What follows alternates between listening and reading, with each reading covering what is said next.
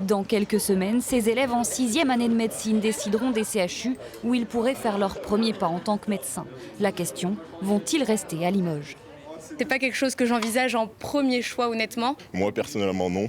Il y a des services en fait qui sont très bien à Limoges, où on est très bien encadré. Et il y a des services où ça pêche vraiment. Et suivant ce qu'on veut, en fait, c'est vraiment aléatoire. Découvrir aussi d'autres horizons, ça peut être pas mal. Enfin, ça va dépendre du classement, de ce qu'on veut, de tout, quoi. Ce lieu d'affectation dépend des ECN, ces épreuves qui fonctionnent sur classement. N'étant pas dans les premières, Alexia a choisi Limoges par défaut. On nous dit souvent qu'on finit à Limoges si on ne travaille pas bien pour nos concours, etc. A priori de la campagne, une ville pas très dynamique et des choses comme ça plutôt, en fait. Après, on m'avait rassurée sur le fait que la formation était très bien ici en anesthésie. Mal desservi par les transports, loin de la montagne ou de la mer, Limoges ne serait pas suffisamment attractif pour les futurs médecins. Conséquence, dans le classement annuel des CHU sur 28 établissements, Limoges perd 6 places et se retrouve en dernière position.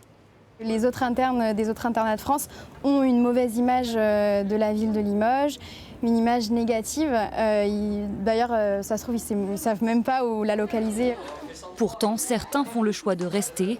Ici, plus d'un tiers des internes viennent de Limoges. C'est le cas de Mathilde. Je ne voyais pas l'intérêt de partir dans une ville pour exactement la même chose qu'à Limoges sans connaître la ville.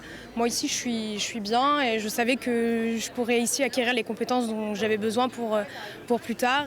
De son côté, la faculté de médecine veut fidéliser ses futurs recrues. Il faut savoir que parmi les étudiantes de Limoges, plus de la moitié souhaitent, ou en tout cas n'excluent pas, d'exercer en Limousin. Donc vraiment, notre propos, c'est de faire en sorte que les gens qui veulent rester puissent le faire dans de bonnes conditions.